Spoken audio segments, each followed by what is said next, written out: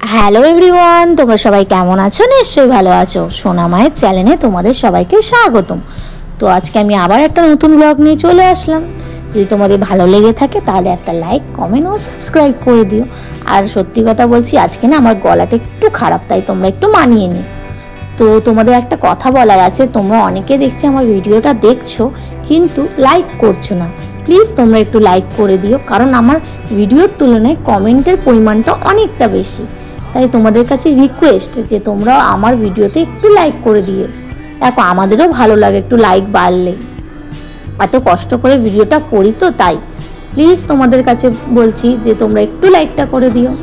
তো যাই হোক, চলো তোমাদের সাথে আজকে একটা জিনিস শেয়ার করব, সেটা হচ্ছে আমার হাজব্যান্ড কি কাজ করে। অনেকেরই প্রশ্ন যে তোমার হাজব্যান্ড কি করে।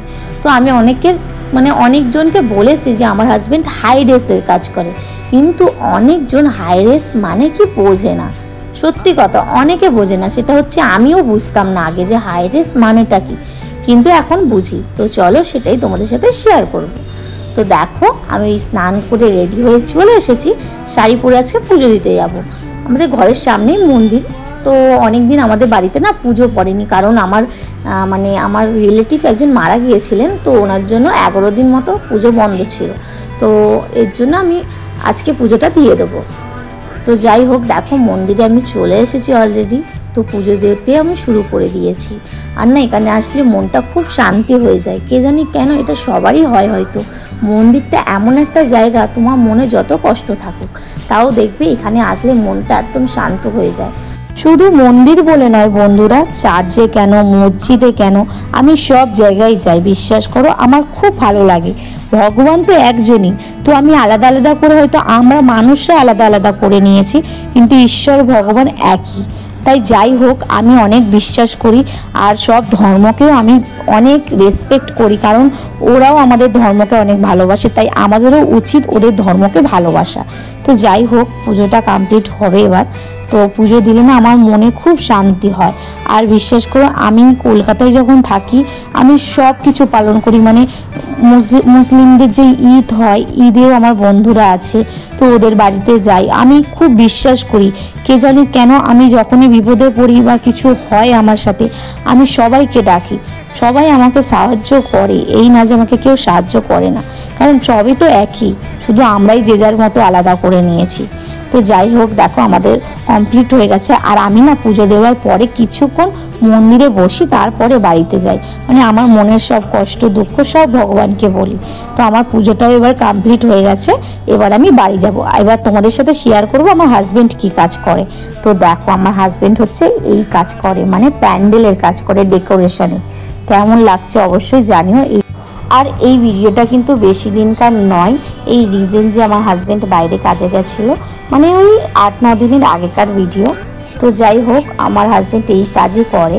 আর আমিও না ওকে জোর করেই বলেছিলাম ভিডিওটা করতে। আমার হাজব্যান্ড না ভিডিও কেন, ফটো কেন, এইসব তুলতে বা করতে পছন্দ করে না। আমি জোর করে বলেছি, না তুমি একটু তোলো, আমি আমার ইউটিউব বন্ধুদের সাথে শেয়ার করব যে তুমি কি কাজ করো, সবাই তো জানতে পারবে বলো।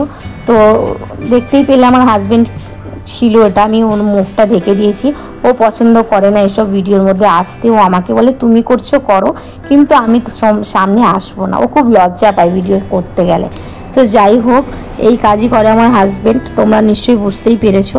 আর এই প্যান্ডেলটা কিন্তু বাঁশের নয়। তোমরা হয়তো ভাবে যে বাঁশের প্যান্ডেল করে, কারণ আমাদের কলকাতার সাইডে দেখবে বেশিরভাগটাই বাঁশ দিয়ে প্যান্ডেল করা হয়।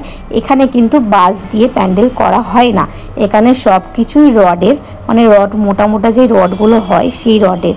এবার অনেক বড় বড় হয়, আবার অনেক ছোট ছোটও হয়। সেই পরিমাণে, যেমনি বাঁশের পরিমাণটা লম্বা হয়, আবার অনেক ছোট হয়, ঠিক সেরকমই এখানে রড হয়। এখানে কোনো বাঁশের হয় না। অন্ধ্রপ্রদেশে বাঁশের কোনো প্যান্ডেল তুমি দেখতে পাবে না।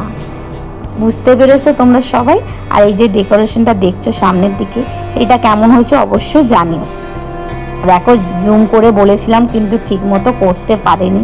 যাই হোক, দেখো সবাই তো আর ভিডিও ভালো করতে পারে না, কিন্তু যতটুকু করেছে আমি তো বলবো ভালোই করেছে। এইটুকুনি তো তোমরা দেখতে পাচ্ছ, তাও দেখতে পেতে না যদি ভিডিওটা না করতো।